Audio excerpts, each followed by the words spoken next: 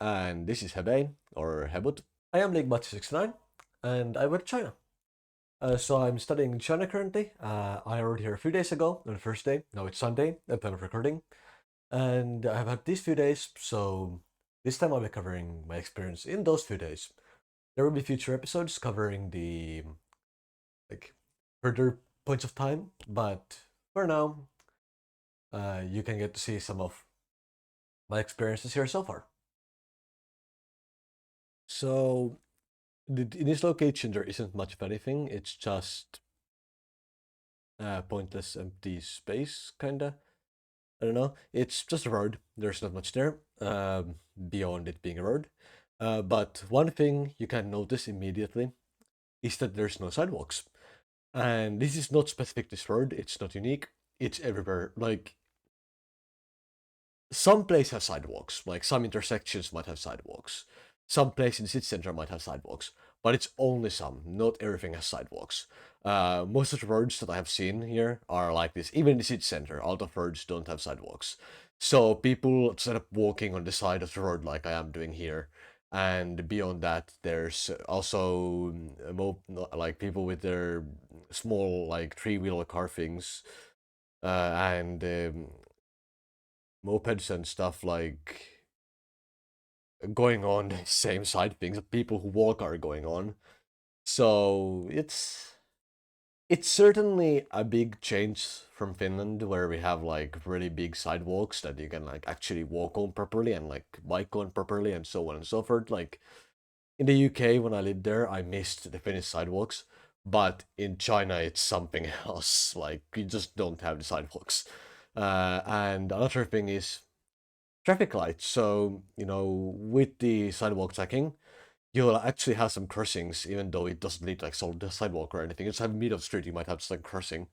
I don't have any here. I mean, there'll be some crossings later, but not that kind. Anyway, you'll have those, but there's no like traffic lights for people who walk. There are often traffic lights for cars, but not for pedestrians. So that's something very odd. As well, coming from Finland, where like every intersection with traffic lights for cars also has them for pedestrians. But there are some.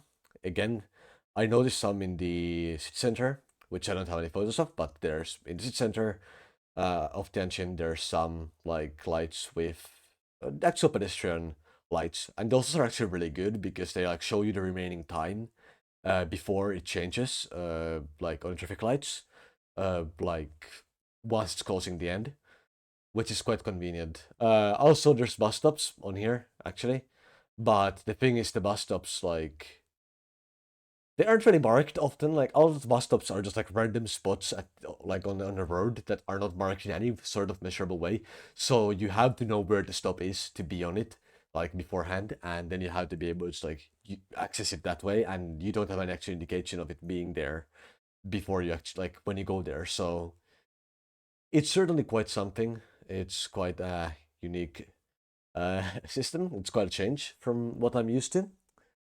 I can give it that for sure, but it's it has been livable. Like walking around on next road, I haven't died or anything. Like I haven't. I feel like cars actually stay on the car road at the very least. So and like people who drive like mopeds and stuff, they are a lot more. They are not going like hyper fast. They are not speeding way over top, so they typically notice you and dodge you on time. At least in my experience.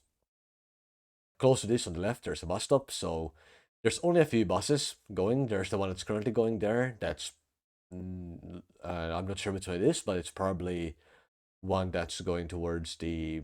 It's probably one like one that doesn't go that often. That isn't like from the bus stop that I have been using. And it probably has like stops randomly along the street because that's what they do. But on the left, there's the bus that goes a lot of the time, and but also another thing is that the transport here, going back to that, is quite like troublesome. Like to get here from Beijing, we had to switch like buses and or slash sub. We had to switch like subways or metros like 3 times or something in Beijing. Then take a train to Tianjin, which also was 40 minutes late or like no 50 minutes late almost. Then we had to uh Got to also switch twice in Tianjin, and then we had to take a taxi because the buses weren't going anymore because it was so late because we had to take such a long time traveling with public transport.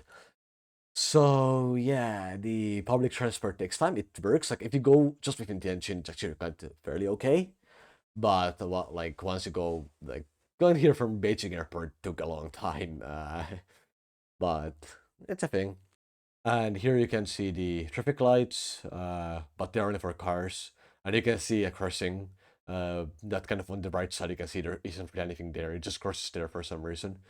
So these kind of odd crossings are here, and because it's really long crossing here, no like a traffic light. And this is Hebei or Hebut, so or Hebei Industry Technology. Uh, but that's the main gate of the university, and that's where I'm studying. So or an exchange too. There's not much else on the crossing. It's just you see the cars are coming. It's not like hyper speeding. It's not like the UK where the cars are going 200 miles an hour. It's actually traffic is like kind of reasonable. I mean sometimes like of course like it's of course you see like city center. It's not going to be like if you go to city center you're going to have a lot of cars in a quantity because a lot of people. But here like kind of away from the city, it's a lot more chill with the car amounts, and people actually drive reasonably and with reasonable speeds often. So and the roads are quite big as you can see. So at least in this location, like cars drive fairly well. It's pretty reasonable. And honestly, although I don't feel fully safe walking next to the road, it does make it a lot easier. But yeah, that has been quite a fascinating experience. Then there's like a market street, the market, and like a market street, so you can actually do that. So at this point, we are in the campus. We have gotten past security checkpoint because there is like I need to have a use key card to get in.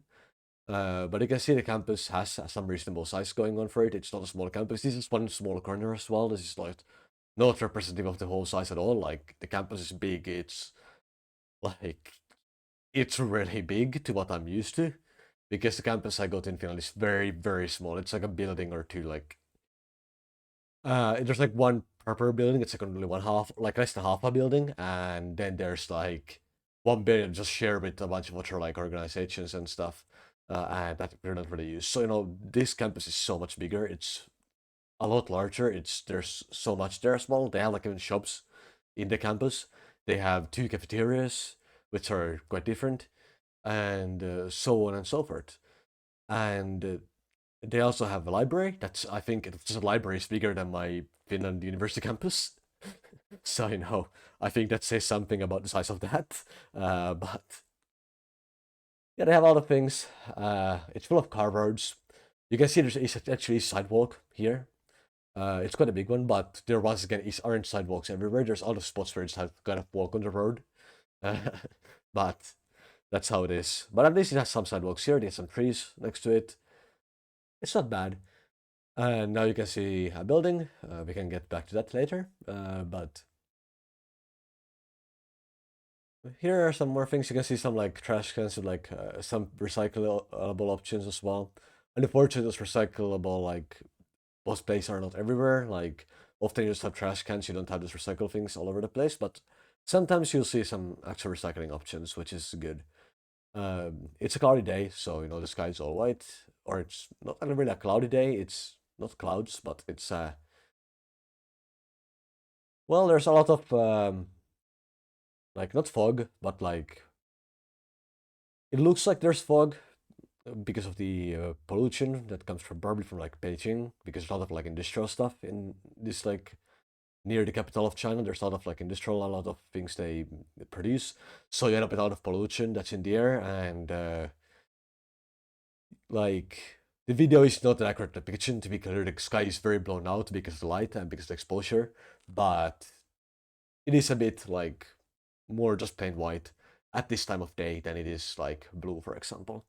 Um, but yeah, this is largely this way just because of the exposure, so it's not like this at all in reality. To be clear, like it's honestly like it can look quite beautiful during daytime, still because like it diffuses light in an interesting way. Let's put it that way. Uh, just yeah. Anyway, there is something else at this university, which is quite fascinating. You can see like in the background here, there's like they're using like bamboo. I mean, it's very quick, but they're using like bamboo there to like build stuff. So even construction materials are quite different from what I'm used to. Definitely haven't seen any bamboo being used for construction in Finland. I can guarantee you that, uh, for sure. There's a lot of grain at the campus. You can see here the famous Chinese university. That is totally Chinese. It is not. Arizona is not a Chinese university, but Arizona's college has like a building here. So yeah, that's why there's an Arizona University or an Arizona College of Technology. Sorry, a logo there. So that's one thing I didn't know existed before I came here. It was quite an interesting thing to see that Arizona College has an actual building here.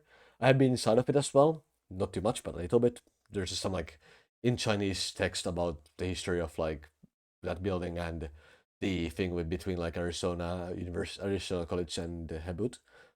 But one thing I can say, going a bit off topic here, is the cafeterias because the cafeteria food is great. So there's first of all there's the East Cafeteria, which is like further away from where I'm actually staying, but it has like really cheap food. It's like €1 for an entire meal, like per meal. It doesn't like I've gone there twice now. Neither of the food actually works per like it's like neither food I have gone there is actually that amazing, but it's a totally edible meal. I can eat it. It's very cheap, and I quite enjoy it. But the problem is I can't pay there because it requires some Alipay thing. I'm not sure why my Alipay fails to pay for it. One thing I know is I can't verify Alipay because of some error. Hopefully, I've got to support. Hopefully, they can improve on that. So one annoying thing is the huge reliance on the like these services like WeChat Pay you can't even use if you don't have Chinese bank card, which I don't have. And Alipay I can use with the international bank card, but it's a like I can't verify my account properly, which has caused me some problems. So I know that's a thing. Uh, but the West cafeteria has more like non-Chinese food, so I've been eating a lot of like Japanese food there. I've gone there now, I think, 3 times. I've eaten 2 different meals there. Both are like curry things. Here's a partially eaten one that in the photo. Really good shit, like tastes amazing. I'm not sure what's in it. I have no clue what's in it, like in terms of all the ingredients, but it's damn good. It tastes really good, and it's cost more than the East Cafeteria stuff. It costs like around €2.50. It's quite a bit more expensive than cheapest stuff on the East Cafeteria, but it's really good. Of course, the thing with the East Cafeteria is they have a ton of selection. Like there's like a ton of independent like shops, so maybe there's something that I could use there, but I need to be able to pay there first. So I think I'll use the West one more, but it's quite cool. Anyway, we're now walking past the library, or we're going to be going to the library, but we're walking like around the library here. You can already have seen on the right the big building. That's a library. So they have like this huge library at the campus, and there are like these like park like walking areas around it, and you can see there's like the pond next to it. It's quite a nice area. I like how it looks. Generally, I think it looks nice, and it's a nice atmosphere when it comes to like walking around. I often walk like I have walked through that quite a few times, actually going to places on like further in the campus. Like if I go to the outside of the campus or the main gate, I'll usually walk through like here. If I'm going to the other side of the campus, I'll walk through there and through like these areas. Maybe the other side, but no, you get the idea. So on.